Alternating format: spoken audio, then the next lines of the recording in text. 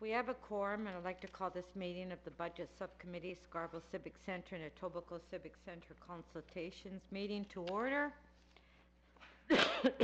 This meeting is one of a series of meetings that are happening across the city to hear public deputations on the 2019 capital operating and rate-supported budgets. Welcome to members of the committee and members of council, and of course to members of the public and the media. We acknowledge the land we are meeting on is the traditional territory of many nations, including the Mississaugas of the Credit, Anishinaabe, the Chippewa, the Haudenosaunee, and the Wendat peoples. It is now home to many diverse First Nations, Inuit, and Métis peoples. We also acknowledge that Toronto is covered by Treaty 13 with the Mississaugas of the Credit. You can follow the meeting on your computer, tablet, or smartphone at www.toronto.ca/council. These sessions are also being videotaped. Are there any declarations of interest on the Municipal Conflict of Interest Act? Okay, let's start with the first deputation. And before we start, I'd like to introduce the members of the committee. Councillor McKelvey.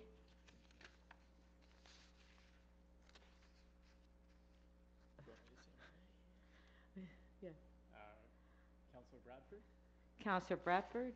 For some reason I got a blank. Okay, thank you. I had a blank there for a moment. I don't know. I guess it's the cold. Our first deputant is David Cox.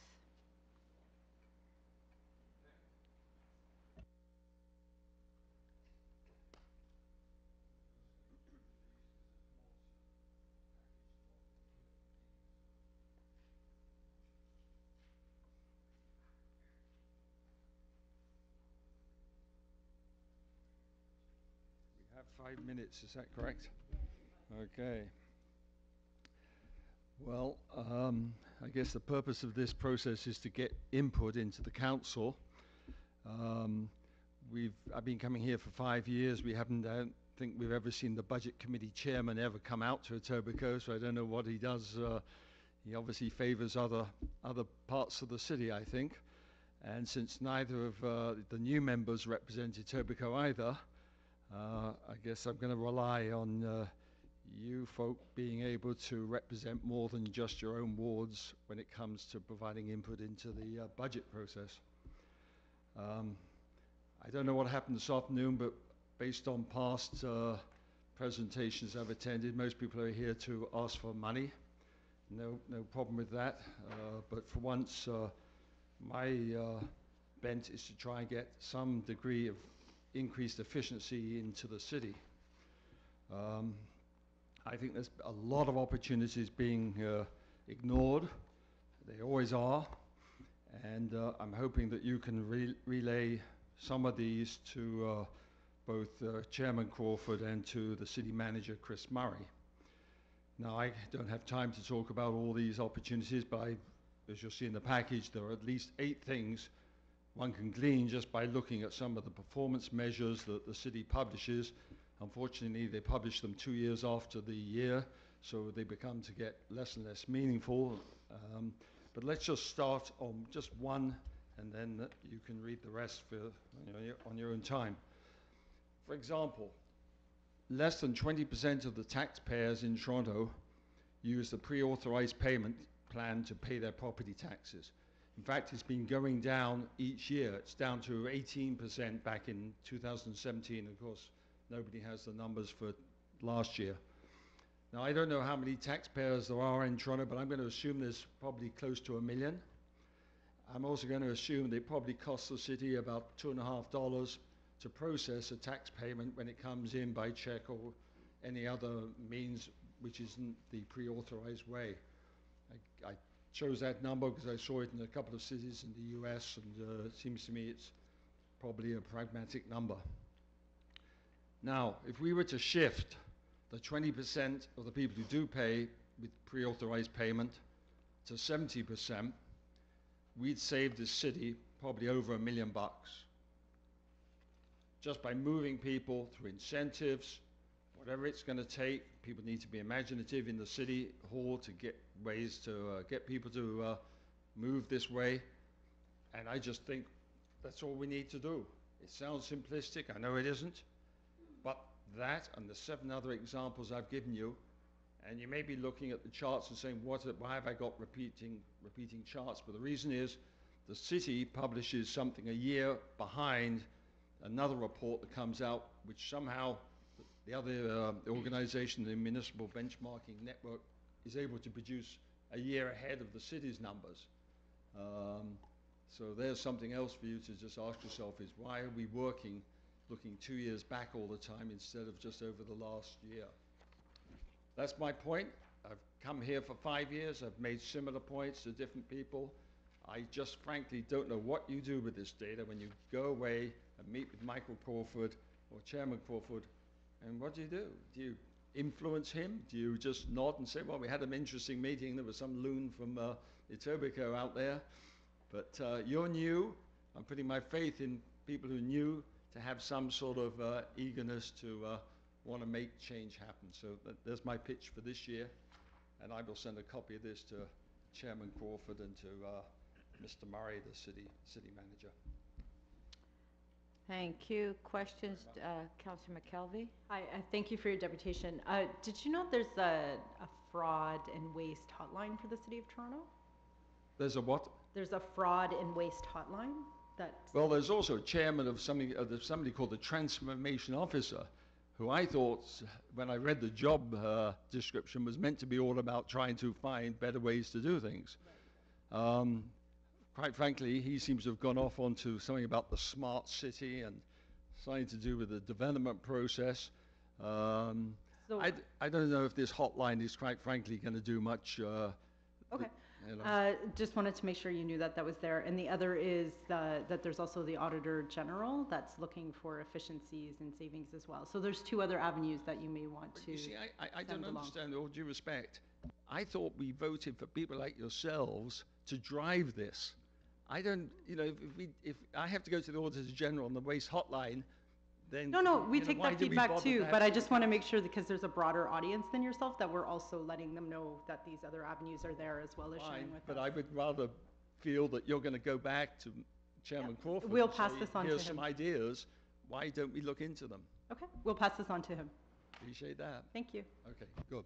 Thanks a lot. Councillor Bradford? Thanks for the deputation, David. And just to... Hold on. Yep. Rest assured, Councillor Holiday from Etobicoke was out this afternoon, so listening to the deputations as well.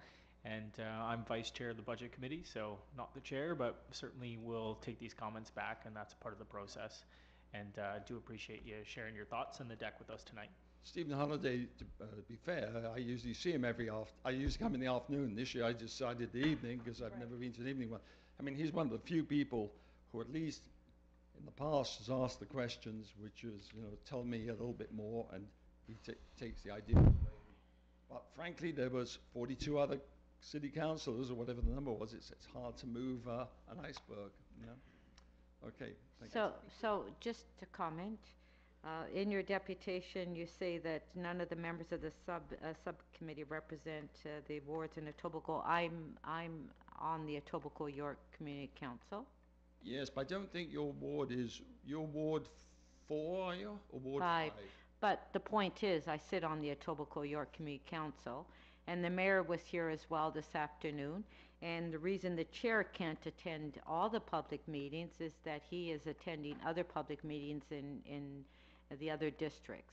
Yes, but just to make a point, he's never been to one out here, I don't think, in the 5 years I've been here. Well, I don't really think it matters because we're here, and whatever we hear, Well, the deputations are passed on to the chair of the committee, and we also have a say on what happens at the budget committee.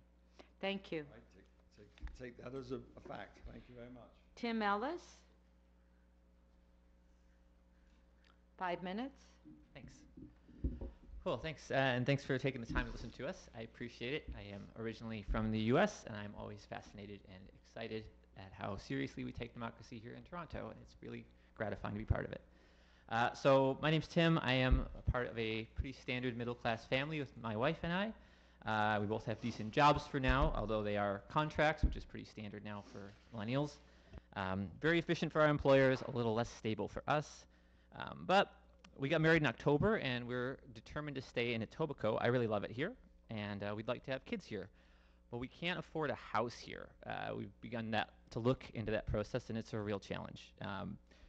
And that's not uncommon. That's certainly the experience I find among my friend group. And like, we're not rich, but we're doing pretty okay. And if we can't do it, like, who can? That's the question I have. The reality, I think, is that the market here is distorted in Toronto, and it just can't be relied on to deliver affordable housing or affordable transit or an affordable life on its own. So that's why we have the public services that we do. That's why we have social housing. That's why we have public transit. But those things, too, are increasing out of reach. If you look for social housing availability, the wait lists are incredible, basically unattainable.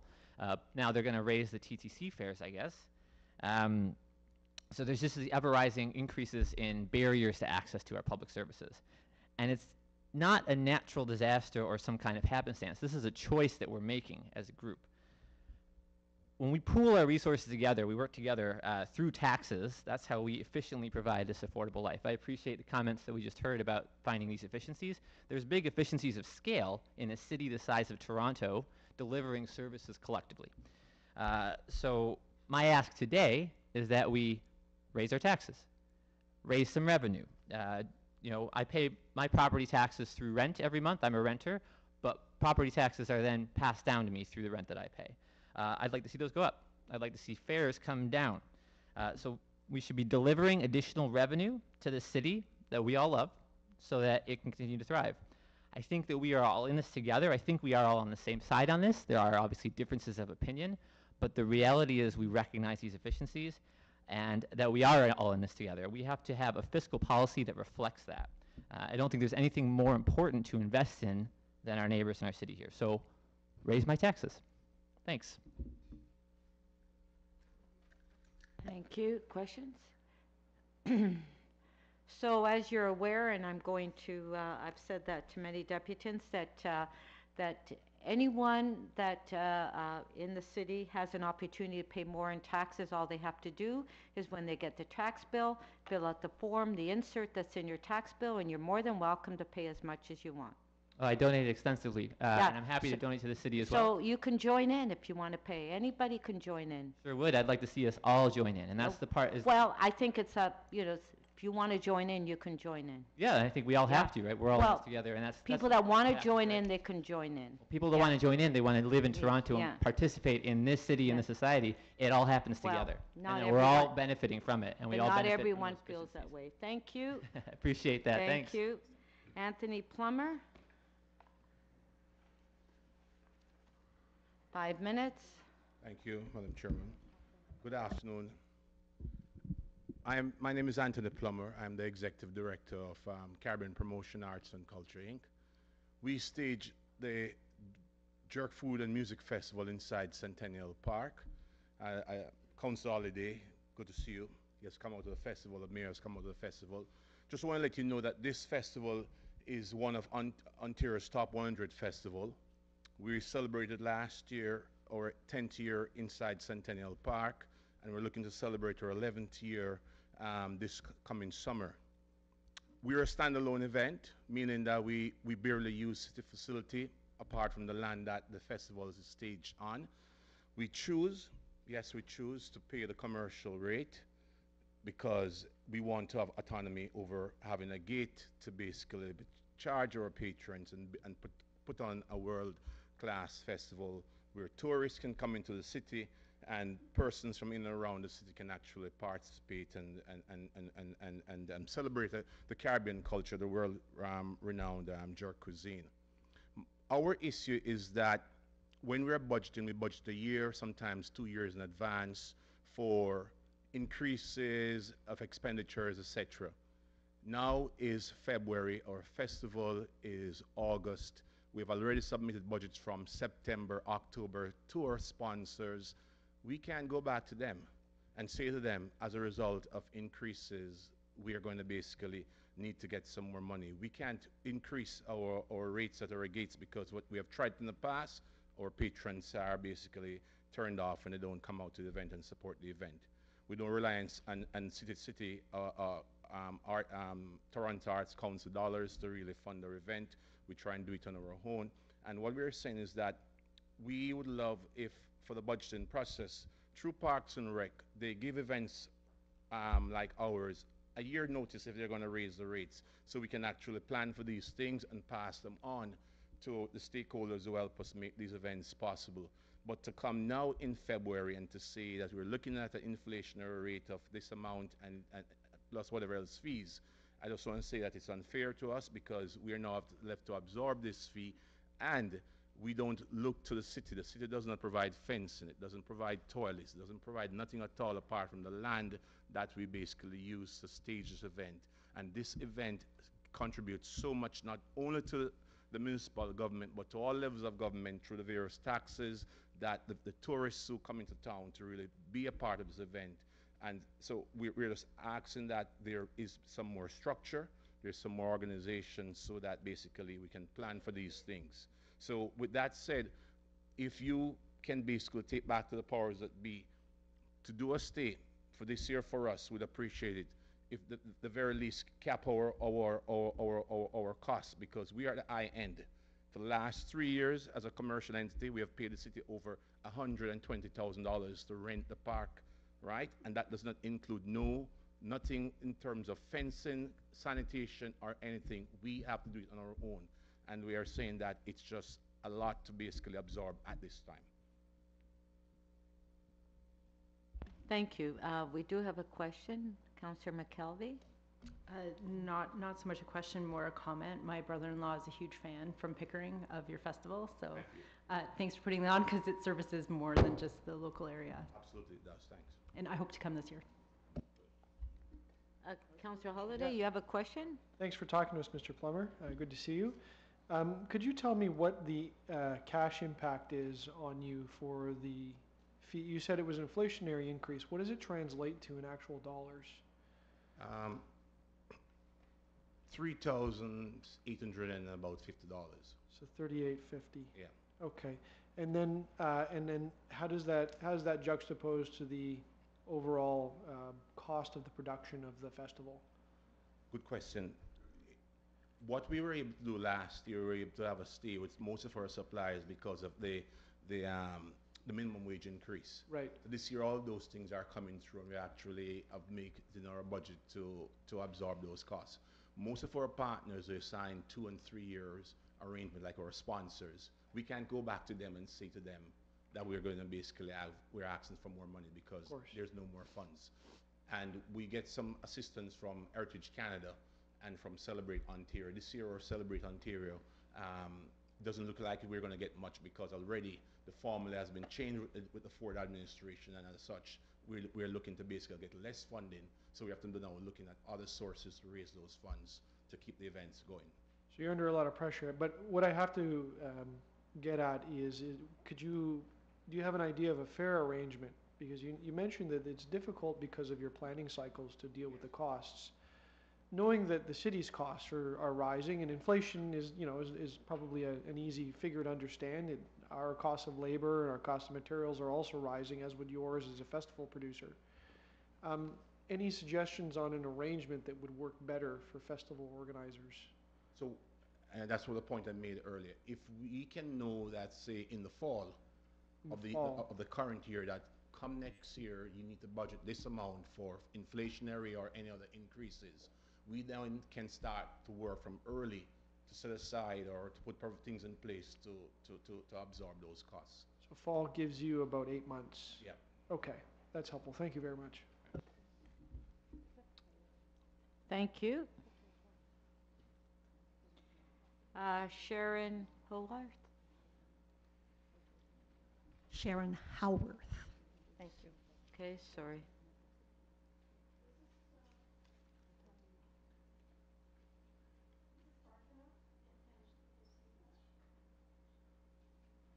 We have a copy of your deputation. Other people in the audience see it as well, so thank you, Sharon Howarth, and thanks for the opportunity of speaking to you, this Budget Subcommittee. And Councillors McKelvey and Bradford, congratulations on your new election, newly elected. And Councillor Nunziata, you brought in a motion to support the full Transform TO last year, so thank you for that. Our home is on fire. We are not acting like it is. I don't want your hope. I want you to panic, and then I want you to act. Those are the words of a student, Greta Thunberg from Sweden, and she's organized strikes from schools on Fridays for action on climate change globally. And I also want you to panic. This, what I have up here is a graph from NASA, which shows from down here, so from 1880 to 2020, the Earth's surface temperature will have gone up, well, it has already gone up 1 degree. That's huge. The IPCC,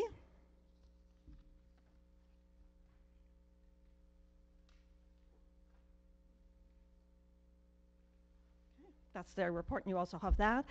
And their latest report from last October says that 1.5 is our limit to, we cannot go over that. Then we're into tipping points, and it can just keep escalating without us doing anything at all.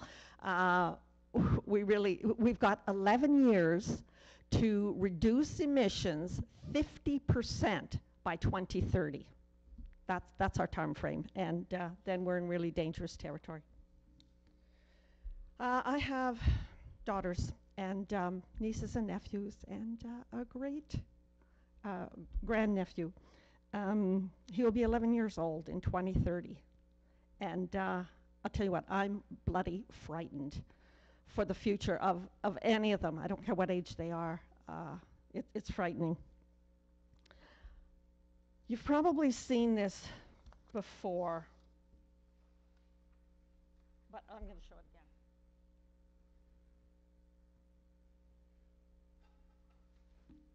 That's very dark. Okay, so the first column, it talks about, this is for Toronto.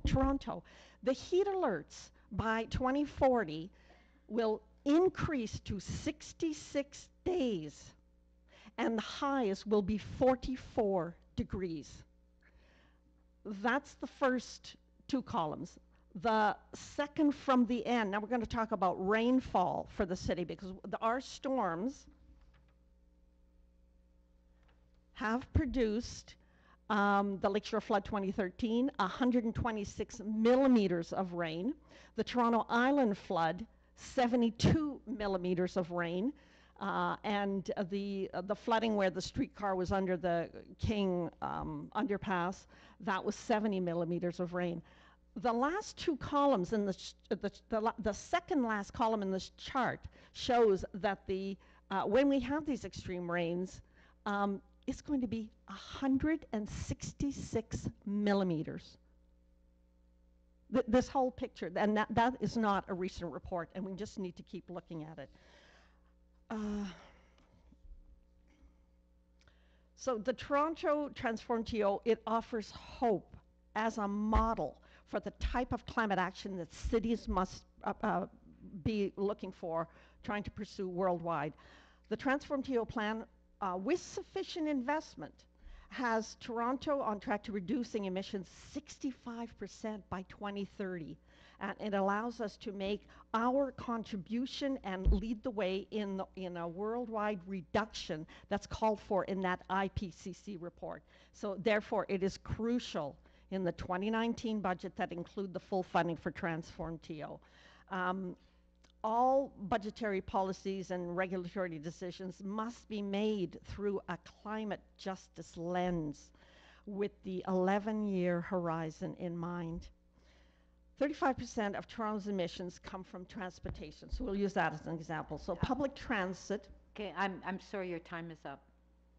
Okay, I'm just going to say property taxes, vehicle registration tax. Your time is up, and sorry. Street parking permits, because the street parking permits, $16 a month. I'm sorry, That's your costs. time is up. Right? So Thank those 3 you. points, and you have the deputations there, all right? Any questions? Thank you. No. So as far as Transform TO, you do know that we are funding exactly what the staff has requested.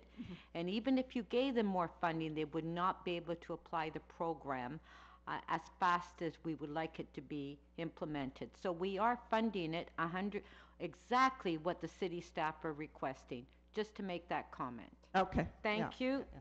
And we can look at beyond as well, what they have. Well, beyond, they say they can't implement beyond. I would like at this time to acknowledge Kinga Surma, our provincial member of parliament. Welcome, Kinga.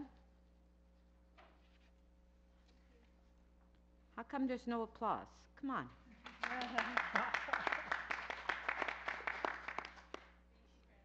You're welcome. Our next deputant is Vincent Puaka. If I pronounce it incorrectly, I apologize. No problem. Puhaka, but again, Puhaka. I was I close. I was close. you were very close. I get Yeah. Pukaka, Puka, anything you can Okay. imagine. Okay. It's a Finnish. Okay, Vincent. Okay. Great. So, good evening, members of the Budget Subcommittee. First, I'd like to say thank you for holding this meeting, holding these series of meetings in different parts of the city. It allows citizens to have their say. Can only be a good thing in this process in combating voter apathy. I personally live actually in the inner city and commute through Etobicoke on Mississauga Transit. I grew up in Councillor McKelvey's ward. My parents still live in Gilwood. So it's important to have these meetings in different parts of the city so citizens can be involved. So thank you for that. That's a genuine thank you. Now, as a member of TTC Riders and a daily transit rider myself, like I mentioned, I'm coming here to say I'm quite disappointed with the budget that is far too focused for, quote unquote, holding the line on taxes, rather than on funding the operations of city services or investing in the capital projects that we desperately need across the board, from transit to housing, what have you. So I'm particularly concerned with another fare increase for transit riders. While the TTC remains the least funded major city transit system on the continent of North America. It's absurd to have a fare increase when service is deteriorating, or at the very best, not increasing, and breakdowns, frequency issues, reliability issues affect the entire system. The capital side of the budget isn't really anything to write home about either. Again, to return to transit, transit is suffering from a huge backlog of repairs, frequent breakdowns, as I mentioned, and we're seeing it more frequently, and of course this reflects the lack of investment in the system. This is not to mention upcoming TTC capital projects, such as system expansion, which remain unfunded. Good example would be the Eglinton East LRT out in Scarborough. Meanwhile, the rebuilding of the Gardiner proceeds apace from Jarvis to the DVP, even though the time savings for drivers vis-a-vis other options are minimal. Not non-existent, to be fair, but minimal. This boggles the mind when investing in transit gives people an alternative to driving altogether, which is the only way we can fight congestion in this city. Now, I'm not going to belabor these points. You're all intelligent, you're all on the budget subcommittee, you know these things. I do want to talk to you about a bit of a bigger picture issue. That's taxes. Why on earth do you think that they're evil? In all my work with TTC riders, I speak with so many different people from different walks of life all across the city, from low income up to the middle class, and maybe even people above the middle class. And it's interesting, when my colleagues and I talk about revenue tools, people are in favor of them if it means that it can make the city better. Now, perhaps it's because we open our discussions by having people talk about what they want to see the city provide. Again, this is the lens of transit, but there are other lenses. And then talking about the taxes to pay for it. Now, I'm no behavioral scientist, but it seems a much better way to begin talk of taxes instead of repeating ad nauseum that taxes are a burden and people want more money into their pockets. This past several years has not been a wonderful time to look south of the border for examples, but several US cities have been investing heavily in transit and getting citizens to pay for it by voting to tax themselves. Now, I understand these sorts of ballot initiatives that you see south of the border can't happen in Canada. By a ballot initiative, I mean where a referendum puts an extra question on the ballot during an election, and they can vote to tax themselves on a county basis. I bring up these places because many of those cities investing in transit are in the south or the southwest, where one would imagine car culture reigns supreme, And yet, the framers of these ballot initiatives pitch new taxes as a positive way to fund transit, and people vote to tax themselves. So I encourage you to look at these places. Honestly, the Canadian Taxpayers Federation will complain, but again, if we have real living examples of people choosing to tax themselves, we can ignore that. Now, personally, as a young professional, I'm not loaded with money. That being said, I'm perfectly happy to pay more tax, just like the other deputant said. At least my money is going to fund a civilized city and society, as opposed to being spent on, say, parasitical companies like Uber and Lyft, which is where people will spend their money if transit service deteriorates. So one last point about taxes. The language of running a city like a business is used to justify the at-inflation property tax increases. Now, government and business are fundamentally different entities, but if you want to use that analogy, what business intentionally limits its revenue? My day job is in the insurance industry. You better believe that we do not cut our revenue. In fact, we just got FSCO, the Financial Services Regulator, to approve a rate increase. So we're making sure our revenue is secure. So in short, I'd ask you to think big. People of Toronto are ready for Thank you. that. Your time is up. Okay. Back to you. Councillor Holiday? Yes. Thank you. Thanks for speaking to us. I'm the guest member of the committee, so I get to ask my question first, but Go ahead. About 10 days ago was council, and I was late for council on Thursday because I swear I was stuck in the mother of all transit delays on the Bloor line. So I get what you've talked about. I've seen this as a transit rider. I think there's a growing sentiment and a stress about the performance of our system. Indeed. What I can't reconcile, though, is you've come up and you've told us how important it is to raise taxes and ask for more money from people because it's right to build infrastructure. What's wrong with raising the fare on the subway or on the transit system? Why? Because we've got two ways of bringing in money. We've got sort of genuine revenue through the taxes, and then you've got the user fees that we use for solid waste and water. Why is everyone shy about a 10-cent fare increase? So the question is not that fares themselves are wrong. You're absolutely right that many city services have a user fee, even to go use a community center, for example, pay for swimming lessons, what have you. People pay these things happily. I'm a transit rider, happy to pay fares.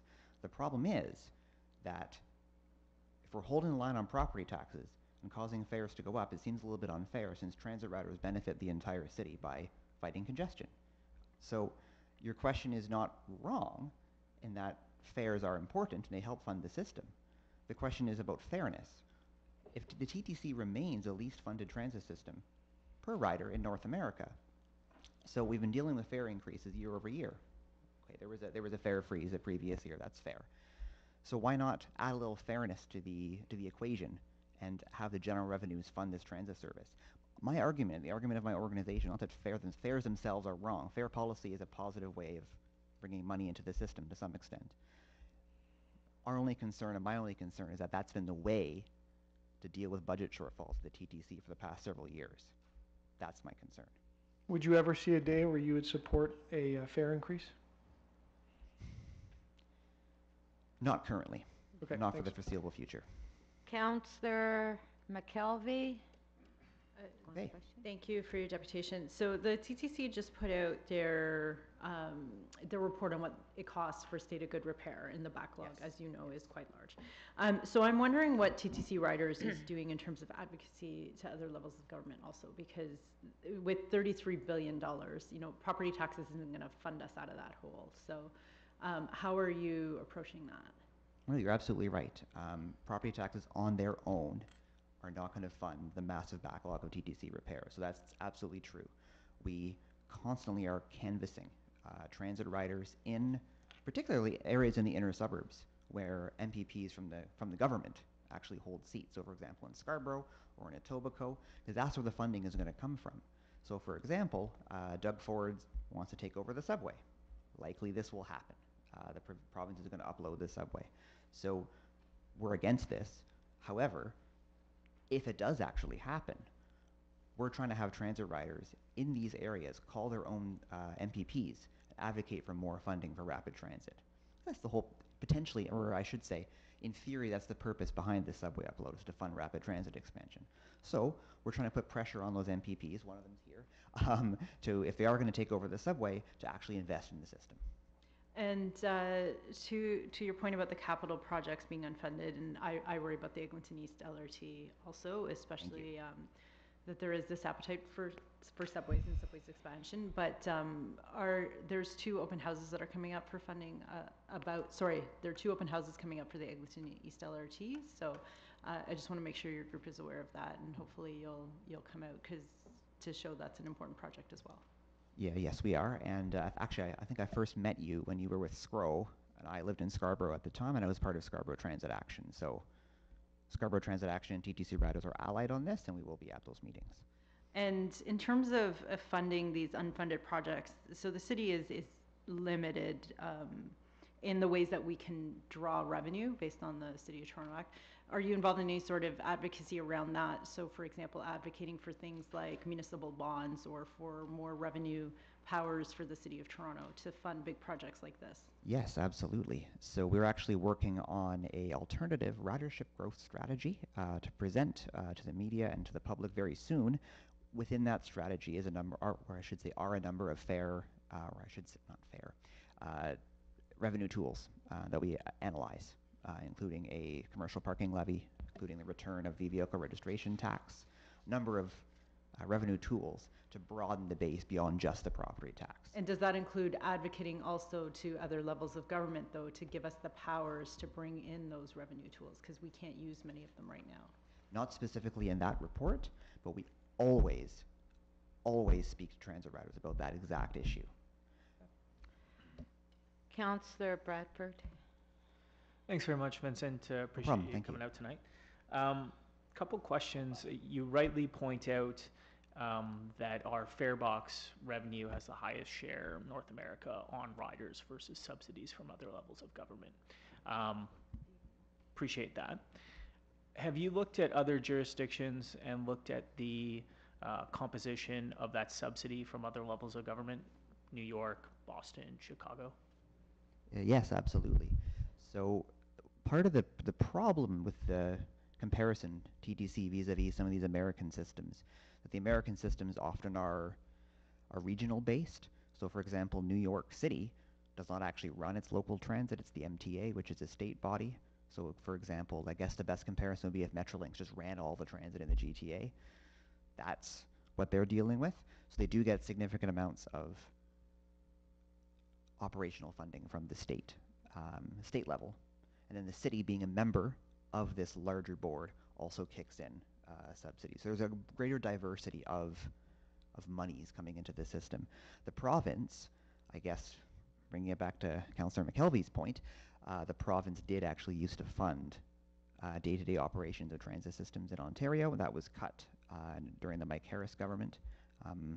It's funny to be talking about that because I was a child when that happened. I've been dealing with the situation ever since. But we do look at those yeah, and comparisons, it's yes. not an accident. I'm moving our questioning in that direction. Okay. You know, so I can talk a lot about transit, so stop me. I no, go it's off good. on a We've tangent. got 5 minutes. And so from an I think like we're keying in on the operating piece because you're talking Yes. about the 10-cent Yes. increase, which is for the operating piece of that. When we look at other jurisdictions, you do see a much more significant contribution from whether it's state or federal, or even regional in some instances, jurisdictions that are making a contribution to the operating dollars. Absolutely. That we do not have that same level of support here in the city of Toronto. So to Councillor Holliday's point, you know, like that is, you know, that's compensated for in a number of ways. And in fact, we're actually spending more money, a larger operating subsidy this year in this year's proposed budget than We're we ever pleased have to see before. that. Yeah. Yes. So, but then fair, we are it's pleased that to see that. yeah. So it's more than ever before that the city is spending on operating. It's also more than ever before that we're spending on capital.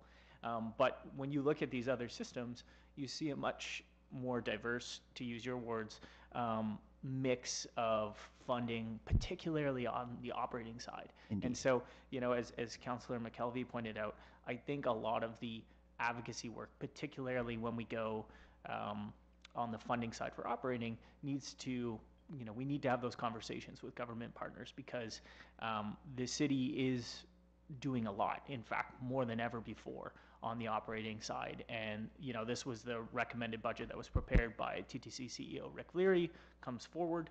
And, I think it's just a challenge of a city of 3 million people and a system the size that we have.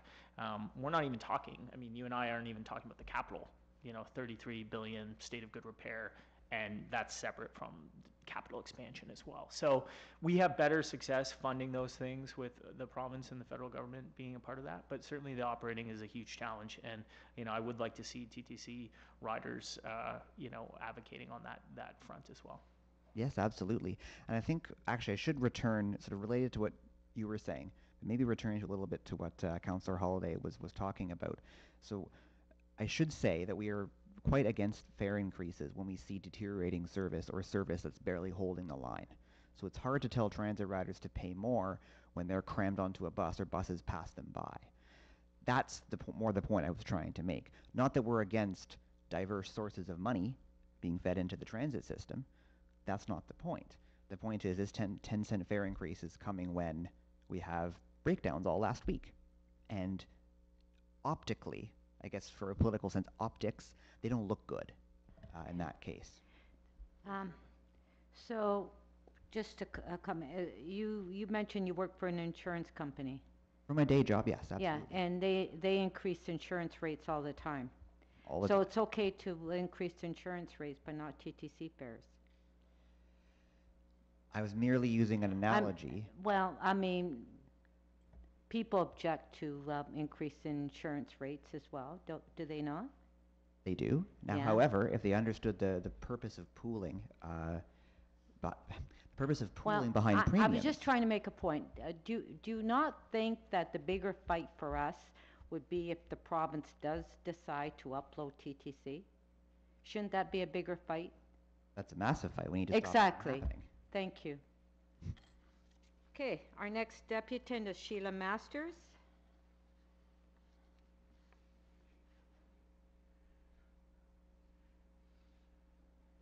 Sheila Masters?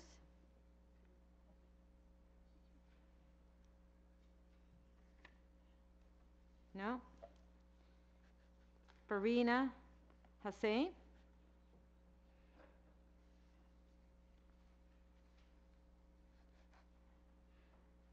You have 5 minutes. Good evening. Thank you.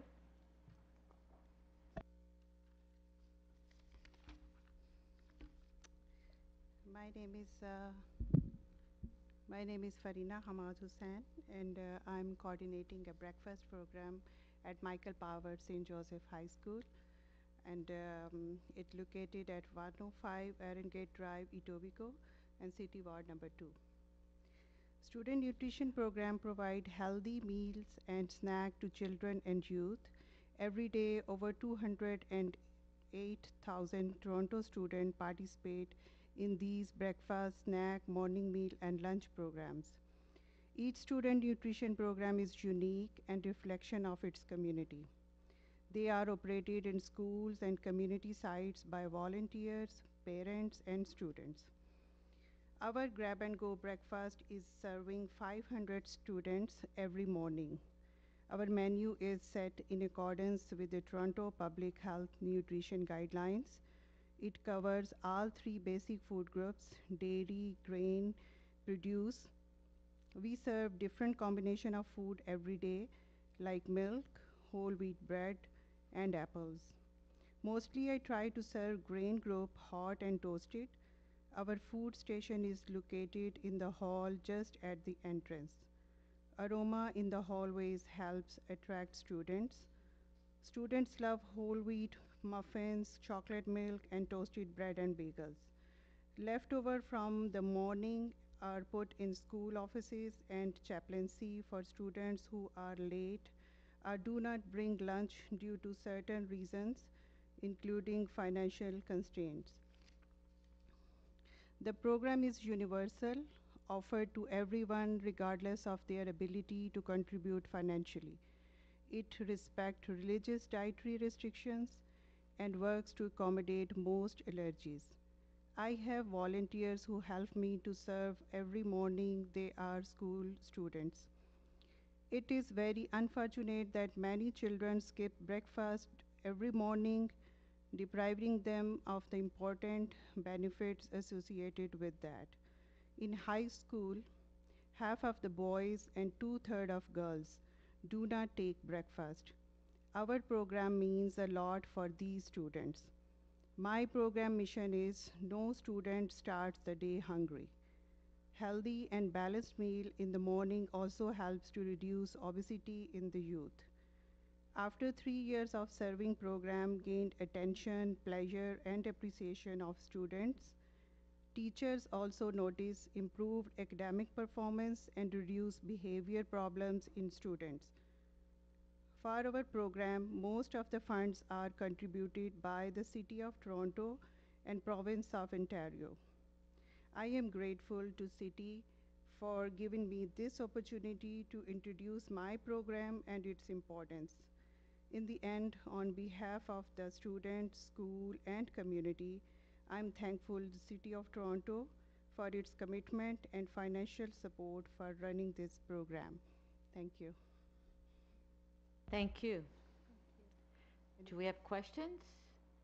Okay, thank you very No. much. Thank you. Douglas James?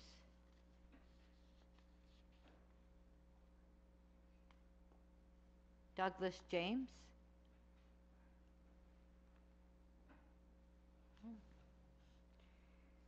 Johnny Dibb?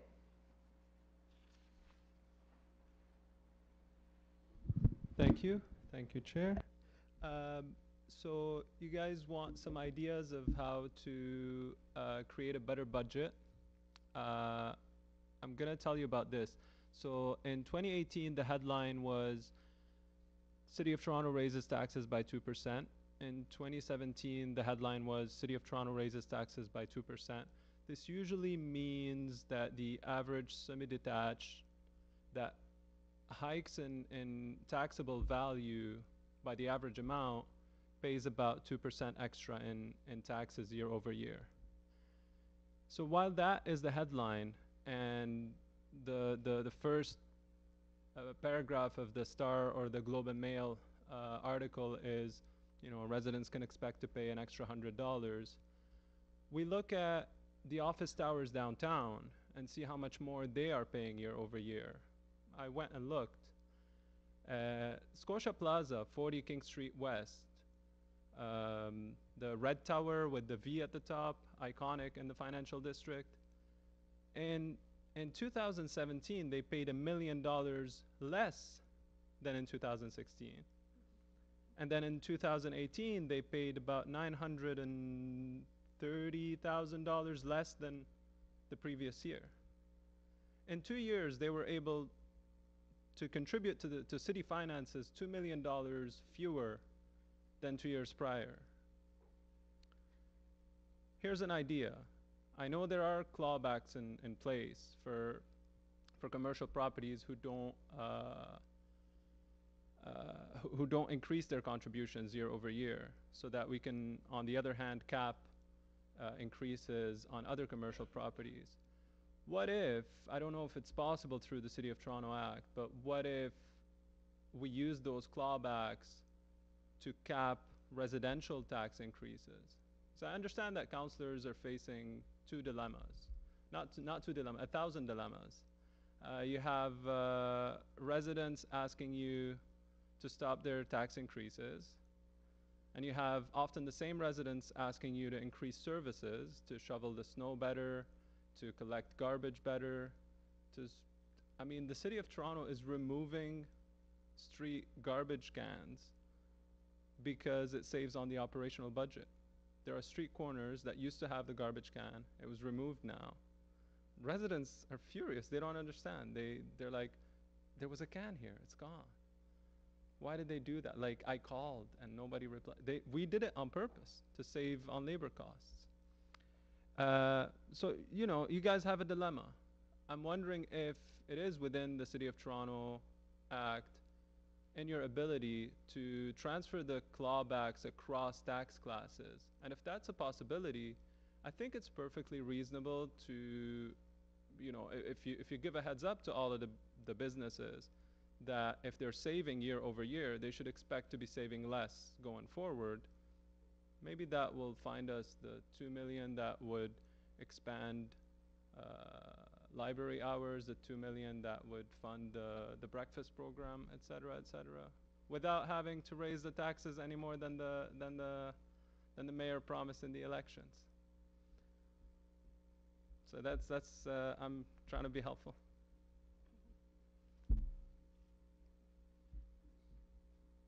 Questions, Councillor Holliday? Thanks for speaking to us. I'm not going to wade into the clawback and cap right now, but I'm just intrigued. Did someone actually tell you that there's less garbage cans to try to save money? I like, this is alarming. This is the first I've heard of it. I got to dig a little deeper. Yeah, I would encourage you to look into it. There are several corners that people pointed out to me that there used to be a can and now it's not back. I was recently at the corner of College and Dufferin at the dentist. When I left the dentist, I was waiting for the stop for the streetcar. An old lady I talked to her and her son. She's in her 70s, and she was saying, look at all the litter on the streetcar stop and on the ledge of the window. And I was like, yeah, I remember there was a garbage can here and it was removed. And then not two minutes later, a young man and a young woman arrived, and the young woman told her friend, this is the corner I was telling you my sister was calling 311 about. And I talked to them, and they confirmed that there used to be a garbage can. I knew about that garbage can because I lived in Parkdale and I used to see it. Google Street View tells you everything. It's amazing. That too. Yep. Yeah. So I would encourage you to investigate into whether Solid Waste Services is doing that on purpose to save on labor costs. My understanding is that that's true. But did someone tell you that? That's the alarming part, or is that sort of a educated guess? It is an educated Okay. guess, but yeah. All right. Okay. All right. Thank you. Yes, what I can say is that the city is not removing garbage cans. If they remove them or relocate them, there's a reason, because people are dumping, but they don't remove garbage cans. No. Yeah, they're part of this, so they don't remove them. So that's probably a rumor. Thank you. Sarah Buchanan.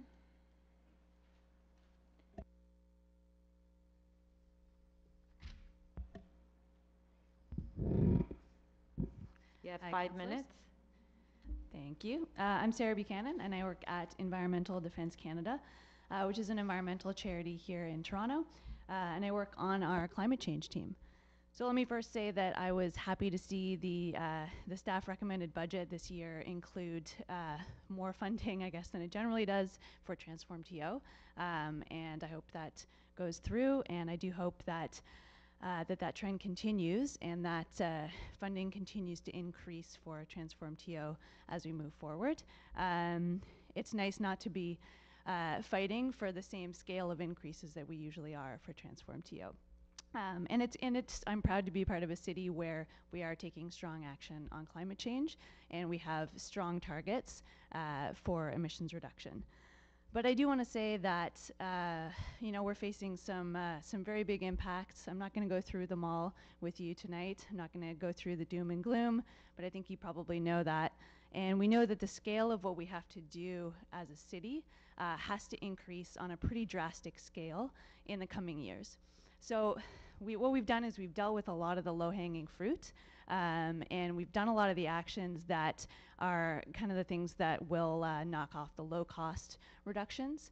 But as we try to hit our 2030 target, we're going to have to ramp up those bigger transformative changes, things that might cost a lot more money, or actually will cost a lot more money to do. So with the trend of not increasing property taxes beyond inflation continuing, the city is going to have an increasing dilemma in the coming years of how do we fund that scale of climate action as we see those emissions reduction become more and more crucial as we're cleaning up after massive storms, and climate impacts that we're seeing. And frankly, municipalities have to pay for a lot of that cleanup and are facing a lot of that, the cost of those impacts from climate change. So I just want to stand here and ask you to think about stronger tools to fund climate action in Toronto. We know that property taxes are not going to be adequate to do this. And I want you to think about revenue tools. Some of these tools have been brought forward in the past in Toronto. And knowing what we know now about climate change and about the scale of action we need to take, I think it's time to reconsider a lot of those tools. And the principle that polluters should be the ones paying for the emissions that they put into the atmosphere is one that I think is sound and that we can use to leverage, to create revenue tools that will fund further climate action in Toronto and solve this increasing dilemma. So we don't have to come back year after year and stand here and say, please, give more money for climate action, and because I know there's a lot of priorities you guys are trying to fund. So some of those tools that have come forward in the past, for example, a vehicle tax, where it could be potentially adapted so that less efficient vehicles that are larger and produce more greenhouse gas emissions and pollute more, which also has a lot of health impacts in Toronto, could have to pay more of a charge, and that charge could be used as a fee bait to then go back to encouraging people to purchase lower carbon vehicles that don't pollute, perhaps installing electric vehicle charging stations. So revenue tools like that can be really, really productive in helping to provide the carrot and the stick as well, to help people shift their behaviors. Things like stormwater charges also, I know you're probably familiar with that idea, where where people who have large paved lots which are creating a lot of stormwater going into the city's water infrastructure, that tax is levied and used to expand the sewer system so that people don't feel those impacts and we can handle those storms and people's basements don't get flooded in the same way. So yeah, that's basically my plea, is just to think more broadly. I know it's not something you're necessarily going to deal with in the upcoming budget meetings, but I want to plant that seed in your head so that potentially in the future we don't have to come back here and keep asking for small amounts of money for climate action for what is essentially a huge long-term problem that needs a lot more than short-term solutions. And you guys have a lot of power as councillors. I know a lot of people feel like this is an overwhelming problem that they as individuals can't act on, but there's people out there with solutions at their fingertips, like councillors, like politicians, like MPPs that we have here tonight, and I would encourage you to realize that power and take the steps that we need to take. Councillor Holiday. Thanks for speaking to us. A lot of people came out today and earlier to speak about climate change, and I'm going to focus in on GHGs. So we've got a plan out there, and it's moving along. There's some funding going towards it. Let's put aside some of the comments about vehicles to raise more money. If there was more money put into climate change action, I'm going to specifically approach GHGs. How would you recommend that we do it? What is it that the city should be doing, in your view, to advance, or not advance climate change, Right, I guess, yeah. to reverse the advancement of climate change? Yeah, great question. So I think for now, energy retrofits are a really good way to get started. I know Taft talks a lot about that, about also the power of leveraging private investment. So having city funds that can be matched with private investment as well, in order to give out grants or low interest loans for people to be able to retrofit not just homes, but large buildings as well. Energy retrofits for social housing, for TCHC buildings, so that our large institutions can use less fossil fuels in order to heat and cool themselves.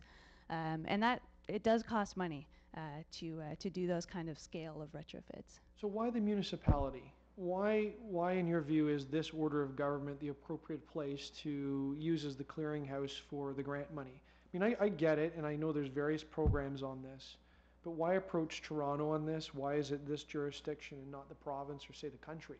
Well, I think because quite simply, we have to approach everyone, every government, municipalities, provinces, federal governments have to do as much as possible on this. So that's why I'm here tonight. That's why I depute to the provincial government. That's why I meet with representatives from all level of government. So given our span of policy control, is there something else, or is there anything else that you would advocate for? And I'm aware the Transform TO plan is less about physically doing by the city and more about catalyzing a change or supporting a change, or you know, TAF is about de-risking certain changes. Is there anything else that we can do, or approaches that we can take, in your view? Yeah, so the city also has control over their fleet of vehicles, Right. and there's a lot of city-owned vehicles. There's garbage trucks. There's although some of them are contracted out, but there are a lot of transit buses, things like that.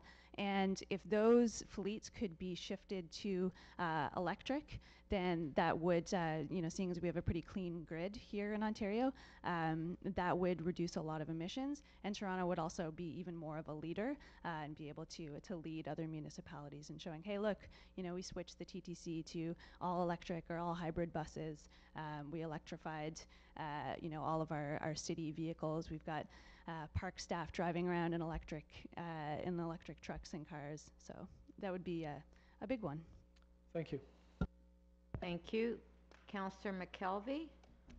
Thank you for your comments and for recognizing that the City of Toronto put forward their full ask for Transform TO, and hopefully we will give them that full ask. It's, I think, all of our intention to do so.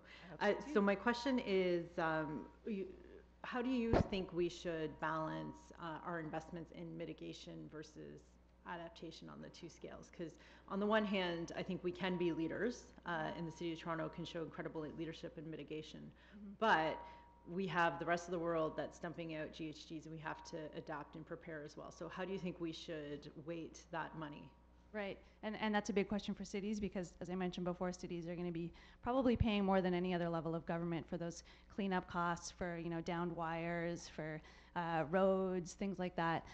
So it is definitely a balance, and it's hard to think of one trumping the other in terms of what you should invest in. I say just go full on with both of them, and that's why I'm recommending revenue tools, because there's just not enough funds right now to fund adapting and keeping pace with people's flooded basements, with fires, with extreme heat, keeping cooling centers going in the summer, all that kind of stuff, while at the same time funding those big mitigation strategies that are very, very long term as well, and not always politically resilient, because we have new councils come in, we see politicians come and go, but those problems remain the same.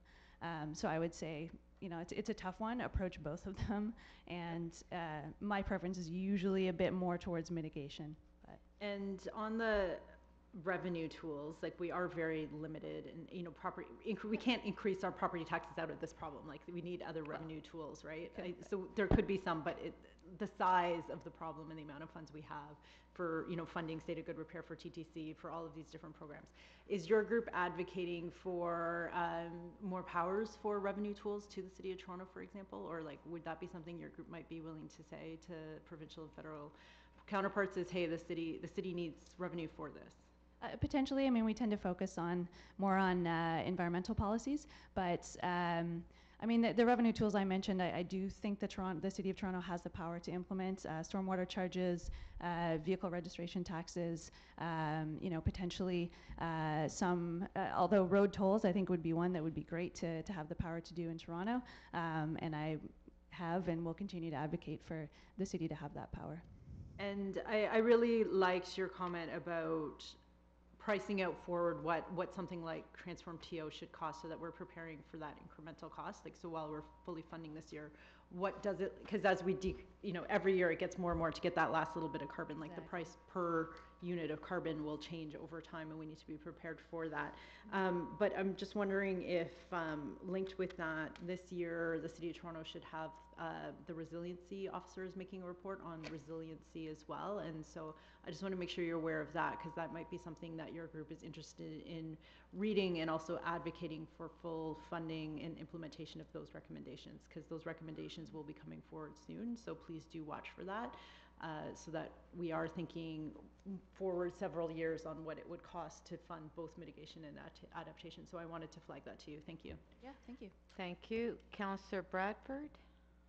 Thanks very much, Sarah. Appreciate it. We've been hearing a lot about Transform TO. Sharon as well, thank you.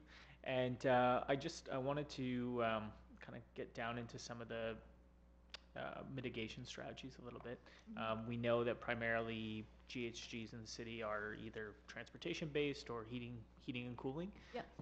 Of the strategies outlined in Transform TO, is there one side or the other that if we were to direct our policies and our resources and the way that we're tackling this, do you see more benefit on the transportation side or on the heating, cooling, housing side? Yeah, that's a tough one to answer because it's kind of a whole package, right? So I think that I have a tough time with council's approach to picking it apart and prioritizing. We're going to do this one, over the other because it's a big puzzle. And if you don't have all of those pieces, if you have, reductions in one area without the other area, it's not going to be as impactful. So, well, I know that I think in Toronto, buildings account for more than 50% of our greenhouse gas emissions. Transportation emissions are on the rise. So there's a lot of work that needs to be done to kind of check that and stop it. And also emissions from freight vehicles, deliveries, things like that are rising really, really quickly.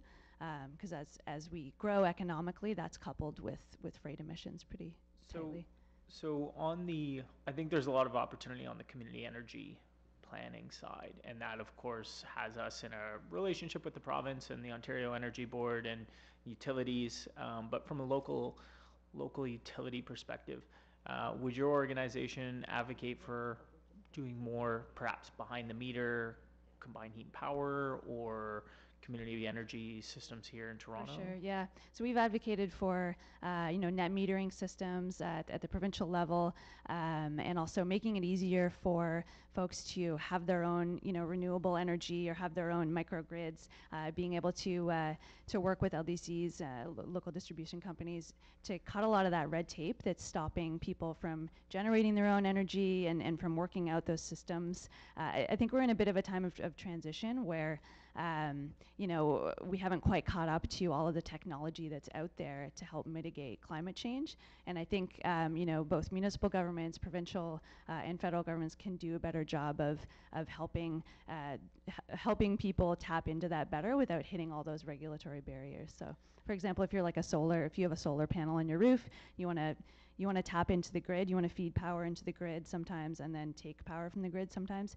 It can be quite a headache to set that up with your energy provider. I don't know if that's the answer for you. Well, it touches on the point that the sort of changing regulatory framework, policy environment that we have, recognizing the energy portfolio largely sits with the province, and how that's changed, and the dynamic on regulators now, and if we wanted to do campus style behind the meter stuff, programs that incentivize that, that wouldn't come through, I guess Councillor Holliday's point, like our span of policy control, that wouldn't come through us, but I think that that's a ton of opportunity there when we're talking about addressing GHGs, particularly on heating and cooling. Yeah, and it's within your funding control, I think. Like we see, like the Home Energy Loan Program has been, I think, pretty successful in Toronto. But, for example, if you had a revenue tool that could fund it, you could turn that into incentives instead of low interest loans in order to get more people shifting over to those clean technologies. I wanted to ask you about EV charging stations, and I've got 1 minute, but what the best approach for the city might be to roll out the infrastructure, recognizing it probably comes through Toronto Hydro or different partners, but how do you see us doing that for on-street parking, for example? That's a tough one, and I know the city's, I think, working on an EV strategy right now, and one of the problems is folks who park on the street can't charge always in their homes. So what do? The pilot program that Toronto's doing right now, where Toronto Hydro has allowed or will allow some charging through some of their hydro poles, is really innovative. So I think that could be expanded. I think that's a really interesting way of reaching out to people who park on the street and might want to switch to an electric vehicle, but are like, well, why would I do that? I can't charge it anywhere. Also, providing charging stations in public buildings is really important. Potentially, libraries, green pea lots, places like that. Just making it as easy as possible for people to charge. Thanks a lot, Sarah. Thank you. Okay, so that was our last deputant. Is there anybody else that's here that didn't register that would like to make a deputation? Okay, if you can come forward and indicate your name, please. Robert Gullins. I live in South Etobicoke. Okay, yeah, 5 minutes. 5 minutes, no problem. I think the bulk of the problems in Toronto and most other places are the governance. Okay, recently, I mean, I'm well over 70. I've lived in the city, owned a home since about 1972 that I paid $15,000 for. So things have come a long way. And every time you turn around, it's costing the taxpayers more money. And I'll get back to taxpayers in a minute, more money. But it isn't the taxpayers doing it. It's the corporate agenda. Now I remembered a good story. I don't know how many people in the room are familiar with it, but George Orwell's 1984 and Big Brother were about total control of people. And there's lying committees, there's propaganda, and it's what it's all tied into. Many of our problems go back to the Mike Harris years, as an example. People don't realize if he'd kept his nose out of Toronto's business, our subway would be up and operating today. And it's a fact. Because it was well underway, and in fact, he spent $500 million to fill in the hole. I worked in the construction industry. I saw these things firsthand. So privatization is what it's all about, and what the governments have been doing for several years, and including today in Toronto, the budget process, is cutting back on services, cutting back on funding, and the purpose is long-term. People say, what is the point of this program? Let's get rid of it. The private sector can do better, et cetera, et cetera. To me, it's all nonsense. It's all fabricated. And unfortunately, the average person who really doesn't have time to look into the details cannot put two and two together. All they do is they see their tax bill, they sort of analyze whether they're getting their money's worth. It doesn't appear that they are, so who do they blame? They blame the politicians. But who voted the politicians in? Well, they vote for the guy that says, I'm going to save you taxes. In Etobicoke, we used to have twice-a-week garbage collection. Our mayor at the time said, we're going to save $1 million if we go to once-a-week garbage collection. Wonderful. But when you did the math, to get that twice-a-week garbage collection for the average household, worked out to $30 a year. That was a stupid move, and in fact, what it was about was getting rid of the unionized workers. Okay? Not getting into that, I'm just saying we had a great service in Etobicoke, and we blew it because people firmly believed they were paying too much taxes. Okay, I've traveled to many parts of the world, from Australia to Moscow, St. Petersburg, all over Europe. We in Toronto do not pay a lot of tax. And we can well afford the services. However, again, Mr. Harris downloaded most of the social services of the day. So Toronto is paying a disproportionate amount. The recent bonehead move to cut back city council is not going to save Toronto any money. It was like when he got rid of Metro Toronto and we were supposed to save billions of dollars. Where are those dollars? They were never there to begin with, and they're not there now. So governance, particularly the municipal level, for a homeowner, for somebody living in a city, is the most important level of politician, and we should be protecting it and encouraging it. So, no, we don't want to pay a lot more tax. You do want efficiencies, but I do not believe we are getting all the information, all the correct information from our politicians or our press. unfortunately. And I'll cut it off there. Thank you. Do we have any questions? I just want to make a comment about the twice-a-week garbage, because we had that as well. Is that the reason we reduced it to once a week and recycling is because we're trying to encourage people to recycle and less waste. So it wasn't even saving money, it was much as waste diversion. So I just want to make that comment. Thank you. Well, I realize that also, Ms. Nunziata, Mm.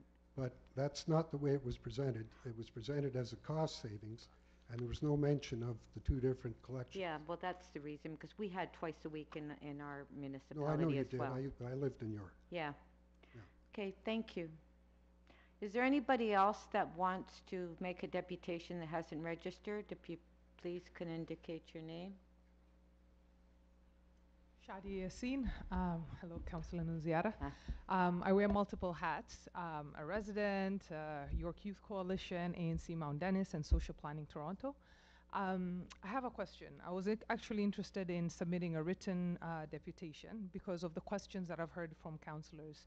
When is the deadline for that? Or is there no deadline? If I submit something by the end of this week? The end of the meeting. The end of the meeting today? Yeah. Okay. So then quick in terms of response to your question, Councillor Bradford, regarding housing and what the city could do. I think you should look into pop-up infrastructure for all the environmentalists in the room could actually support that. It will cost less for the city to build them and provide actually housing much more quicker to the residents of the city of Toronto than mortar and concrete and all that sort of like stuff. This is something that is research-based. We've actually done a project within Western Mount Dennis, but also in Rexdale. It's called Pop-Up Infrastructure. You could check it out online if you have any questions or comments regarding that. Vancouver has a number of housing that was built that way, and it's actually used for shelter. So it's an issue of having access to land, and I believe there's a lot of land that the city owns and also part with the province. So this, I think, will be a very quick and dirty, if you want to use that language, but also efficient when it comes to environmental impact, but also more housing for our folks in the city. If there's a way for the city to cap the increase in rent, that will be very great because the rent is increasing exponentially. I support for all the deputants in terms of housing, TTC and so forth. But that is something that I think it's driving people outside the city versus staying in the city. And what it does is it creates an impact on all the social services that the city has invested millions of dollars in these neighborhoods. Now those people have to now start chasing the same people that they're serving outside the city. And I think something needs to be done regarding that, and we've done a lot of work on that, so I don't want to take so much of everybody's time, but I will be sending that email too. Thank you. Thank you. Are there any questions? No? Okay, thank you very much. Okay, anybody else that would like to speak? No? Okay, thank you. I have a motion that the Budget Subcommittee, Scarborough and Etobicoke consultations receive for information the public presentations and the communications submitted by members of the public. All in favor? Carried. Motion to adjourn. Councillor Bradford? All in favor? Carried. Thank you.